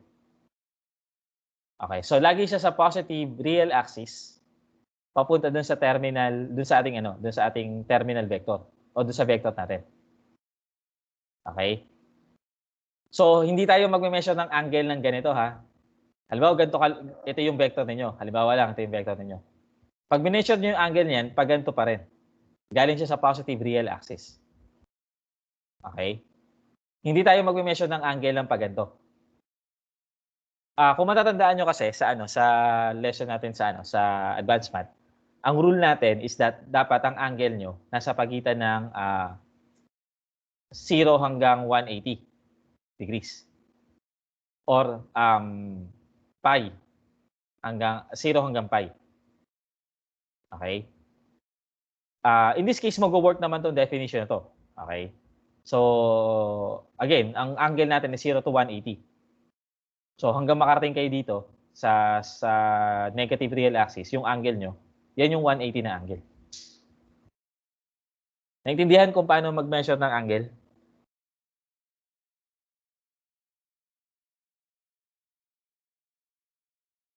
Okay. So again, yung angles ng vector na manggagaling sa mga zeros ng function ninyo, tatawagin ng zero angle. So gagawin natin, i-add natin siya. I'm referring to this one.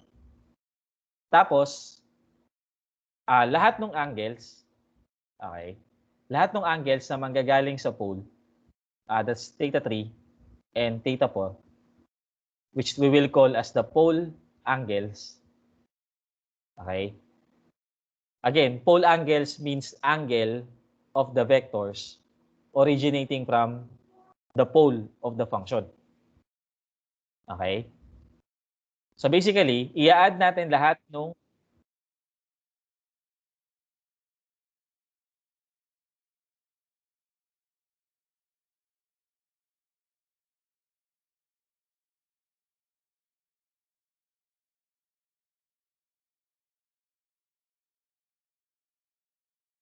ayun. Basically, i-add natin lahat ng zeros nung angle niyo sa zero na magagaling sa zero ninyo. Okay? Tapos i-add natin lahat ng angle ng poles ninyo or yung pole angles niyo. Tapos isusubtract natin yung sum nila.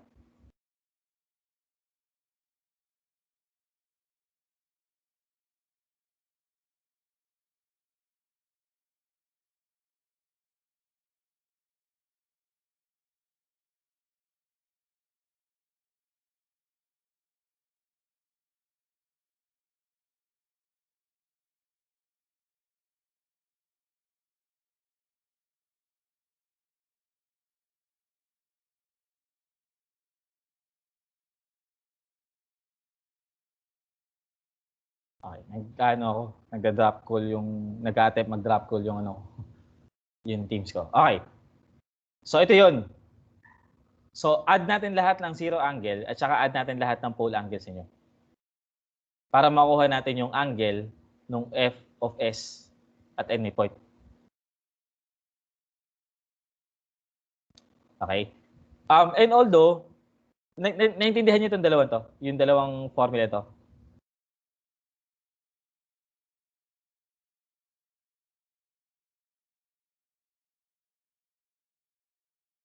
Okay.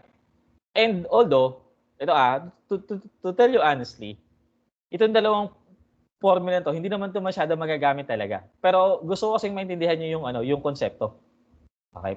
Gusto ko maintindihan niyo yung konsepto ng root locus kasi gagamitin natin siya paulit-ulit later on. Okay? Ito naman actually pwede niyo i-calculate to eh. Okay, to tell you again, to tell you frankly, this can be computed using calculator. Okay? Pero gusto ko kasing makita nyo yung paggagalingan ng ibang mga formula later on. Okay? Bakit may mga zero lengths, pole lengths, bakit may mga zero angles, saka pole angles. Especially itong part na to. Kasi later on, sa design, kailangan yan. Yung formula na yan. Okay? So, kaya kailangan natin siyang, kailangan din natin siyang maintindihan itong mga to. Okay? Itong dalawang to, para ma-compute natin yung magnitude ng f at saka yung angle ng f kapag nag-substitute tayo ng value ng s sa isang function. Okay? So, ayun. Pero again, to tell you frankly, ma-compute nyo to using calculator. Okay. So, ganito. Mag-example muna tayo. Mag-example tayo. Given the function f of s equals s plus 1 over s plus s plus 2, find f of s at the point s equals negative 3 plus j4. Okay. Unang-una, ito yung vector representation niya. Okay? So, meron kayong take note na dito, yung function nyo, merong 0 at negative 1 at merong poles at 0 at saka negative 2. So, ito yun. Ito yung pole sa 0, ito yung pole sa negative 2, ito yung 0 sa negative 1. Tapos, itong point na to is basically your negative 3 plus j4. So again, yung alternative vector representation ng complex number nyo is that we will terminate at the point where we would want to evaluate our function with. Okay? So sa point na to, gusto natin i-evaluate yung function ninyo. Okay? Excuse me. Tapos, yung mga vectors na yun, magsisimula dun sa mga poles at saka mga zeros natin.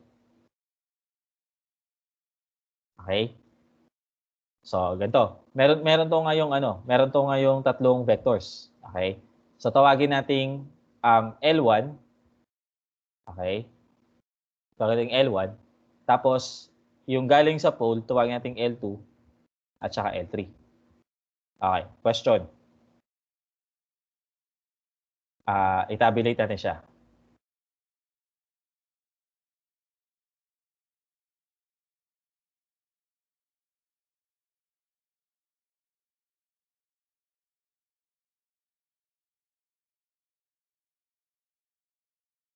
M at saka hindi, dapat pala black.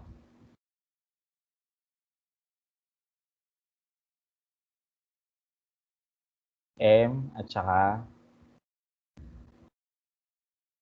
theta. Okay. So, tatlo yan. Simulan natin sa kay L1. Ano yung magnitude tsaka angle ni L1? Okay. Yung magnitude niyan ito. Okay, ito. Basically, that's S plus 1 when S equals -3 plus J4. So, that's basically -3 plus J4 plus 1. Or -2. Okay? -2 plus J4. Ano yung magnitude at saka yung angle nito? Nitong vector na to?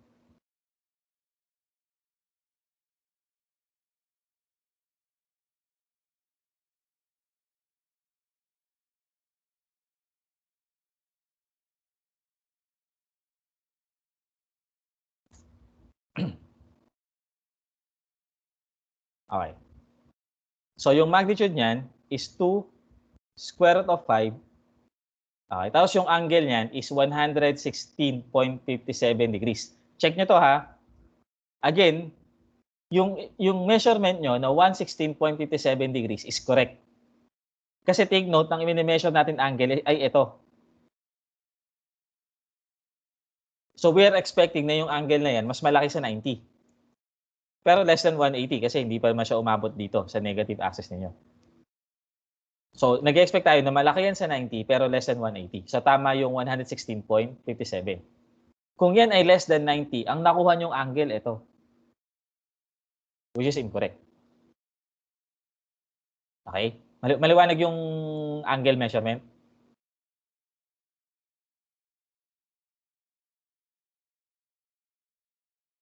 Okay. How about L2? Okay. Again, L2 is S. Kasi galing siya dito sa origin. So, S yung vector na yan. When S is -3 plus J4. So, that's basically -3 plus J4. Okay. So, yung kanyang magnitude at saka yung kanyang angle is, so that's 5 yung magnitude. Tapos yung angle niyan, 126.87 degrees. Okay? Again, check the angle. Kung tama yung measurement niyo. Finally, L3. Ano yung magnitude niya at saka yung ano niya?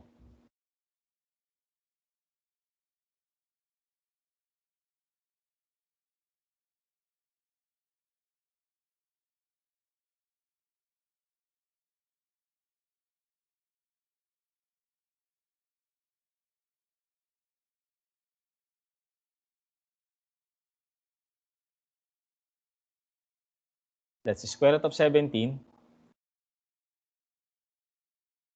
Okay. Bar angle, 104.04. May question ba?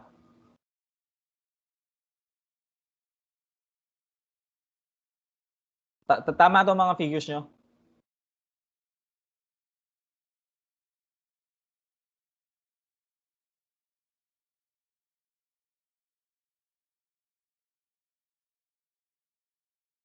Tama siya, tama. Okay. From here, what would be the magnitude of F?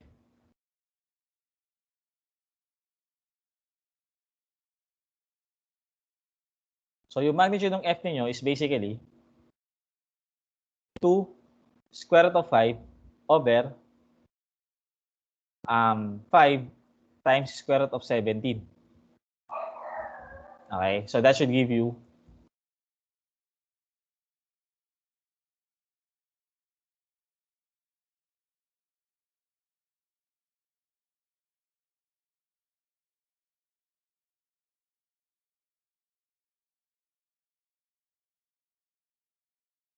0.217, okay? Or 2169, okay? And then yung angle ng F,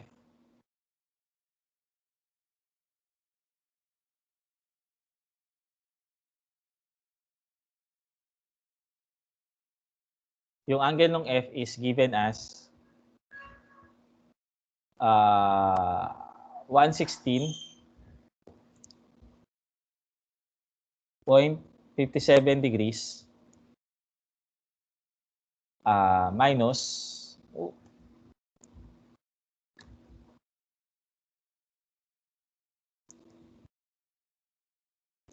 ayun. So minus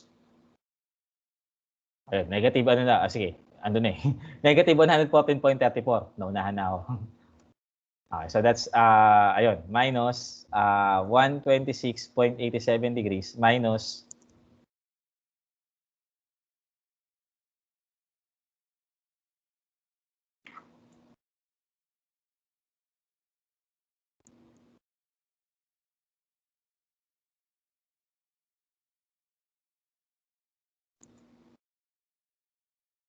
104.04 degrees. So that should equal to negative 114.34 degrees. So lalabas ngayon yung F ninyo at negative 3 plus J4 is 0.217 bar angle, negative 114.34 degrees. Or sa rectangular form, this is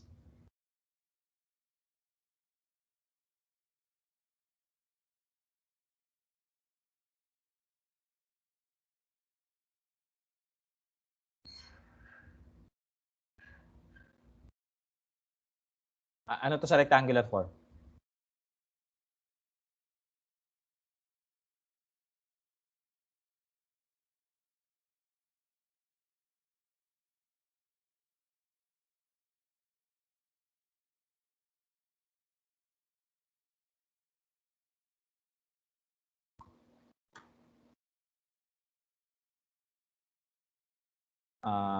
Sa rectangular form, that's 0.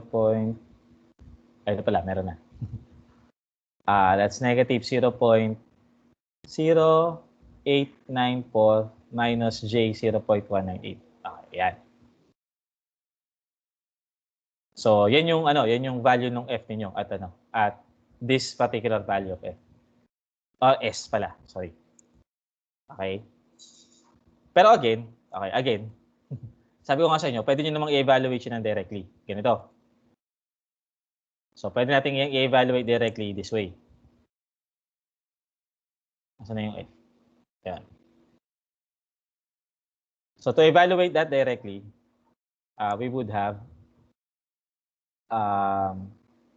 alpha x plus 1, okay, times alpha x over alpha x times x plus 2. Calculate natin yan when x is negative 3 plus 4i. So that should give you this one.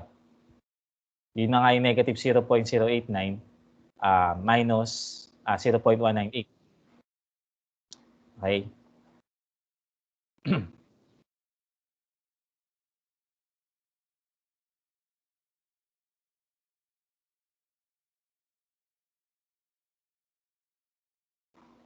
Ayun.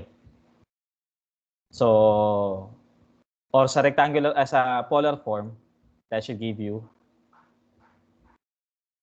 0.217 bar angle negative 114.34 degrees. Okay? Maliwanag to, itong example 7.1. Okay. Unang-una, hindi dahil sa pinakita ko sa inyo yung calculator method, kakalimutan nyo itong dalawang formula na to. Okay. Again, later on sa design, magagamit natin itong dalawang to. Okay, magagamit natin itong dalawang to sa design. So kailangan alam niyo to. Pero kung magka-calculate lang naman kayo ng mga values ng function, which madalas din natin gagawin later on kahit sa design, we can just simply resort to this calculator method of evaluating. Kaysa gamitin niyo ito. Okay? So may paggagamitan tayo nitong formula na to, and at the same time, kailangan din natin ng mas mabilis na calculation method. Okay, which can be accomplished using your calculator. Okay? Maliwanag 'yun?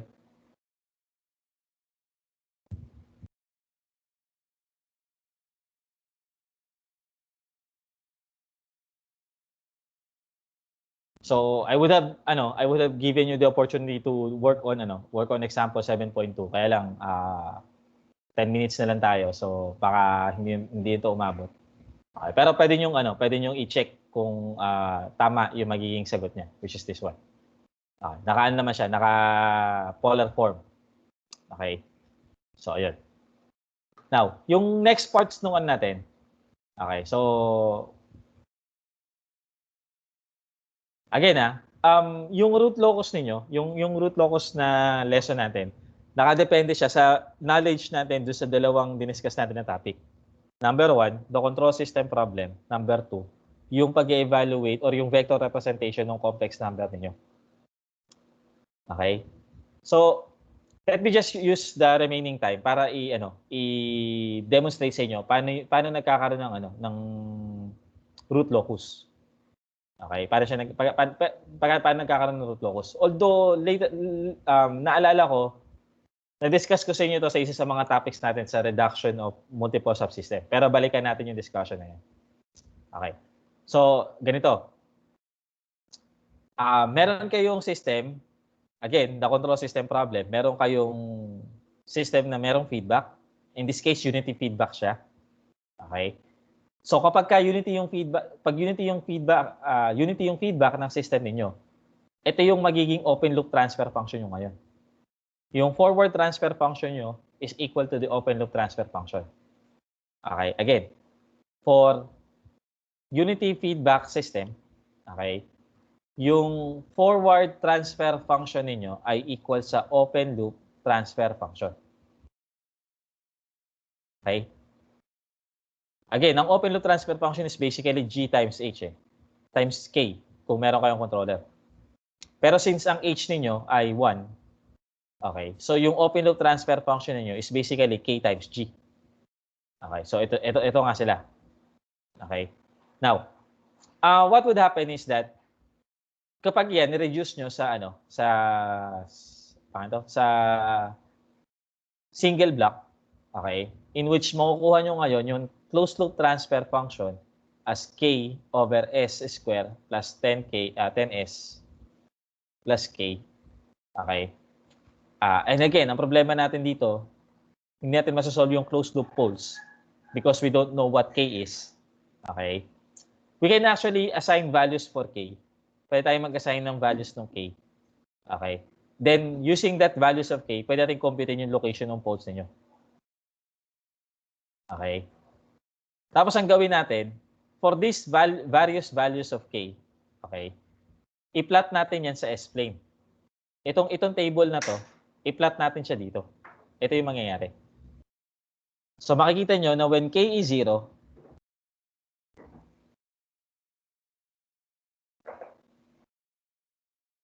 okay, when K is 0, ito siya, tsaka to. Okay? Nasaan yung pole nyo? Sabi sa table,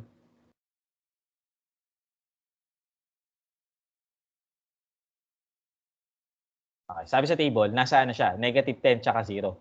So ito siya. Ito. Tsaka yan. Okay? Tapos, pagka yung K nyo is 5, yung gain nyo is 5, nandito siya sa negative 9.47, real number, tapos negative 0.53, real number pa rin. So, ito. Ito yun. Tsaka to. Okay? So, what would happen? As you increase your K, yung pole nyo dito na nanggagaling sa -10, napupunta from here to here. While, yung nanggagaling naman dito, again, as you increase your K, nagmo-move from here to here. Okay? Until such a point, when your K is 25, yung pole ninyo magiging double pole or double root sa -5. Ito yun. And then what happens next? When you increase your gain from 25, your pole becomes complex. So yung isa dyan, mapupunta dito, tapos yung isa dyan, pupunta dito. We don't know which of these poles actually goes up or goes down. Hindi natin alam kung ito ang napupunta dito or ito ang napupunta dito. It doesn't matter naman. Okay, ang importante, alam natin na after nila magsalubong sa the complex it would break out into the complex it would break out into the complex plane or the complex part of your plane. Okay, and again, as you continuously increase your K, nagiging pole niyo. Okay. Now, dito kasi nag-assign tayo ng particular values of K. Pero kung i-assign niyo yung isa-isa, pati yung nasa pagitan ng 0 at 5, yung kada itliitan ng 0, at gawin natin continuous yung variation ng K ninyo, you would be able to produce this graph. Iyon na yung meron siyang smooth lines, ito, at saka to. Hindi na discrete yung location ng ng poles ninyo. Continuous na rin. Ito yung tinatawag natin ngayong root locus. Again, we define root locus as the location of your closed loop poles as a system parameter. Okay? In this case, yung system parameter na tukoy natin is gain. Okay? So as a system parameter is varied. Habang binavary nyo yung gain, nakukuha nyo yung location ng poles or ng closed loop poles in particular sa ating S-plane. So pag binuo nyo yung plot na yan, yan yung magiging root locus ninyo. Naintindihan yun?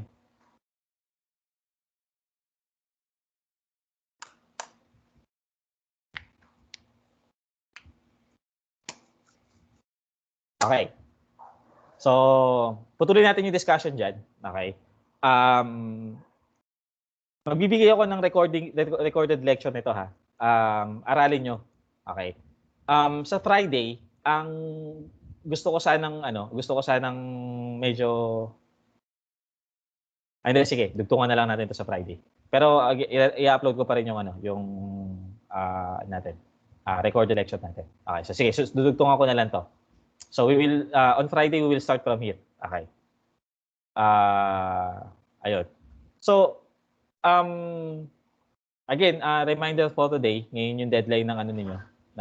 Ngayon yung soft due date ng ninyo. Okay. May lang ako, pakiusap lang ako. Sana magpasa rin kayo ng medyo maaga pa para dun sa iba yung requirements. Kasi pag yan pinasa nyo lahat sa finals, tapos nagsabay-sabay yan, baka hindi ko kayo mabigyan ng grade kagad. Kaya hindi mahirapan sa pag-enroll. Kasi late na kayo nagsipasa. So, ayun. Sana ipasa nyo na ng maaga din yung iba yung requirements. Okay, para ma-checkan ko rin kagad. Okay. Anyway,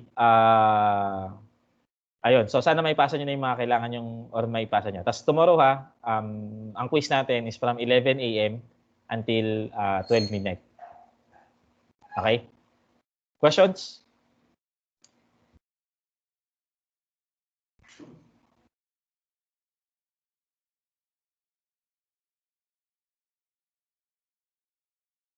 Walang questions? So, sige. I think we can dismiss na. Okay. So, thank you for attending today's session. I'll see you on Friday. Meron tayo meeting sa Friday yan. Okay. So sige, dismiss na tayo.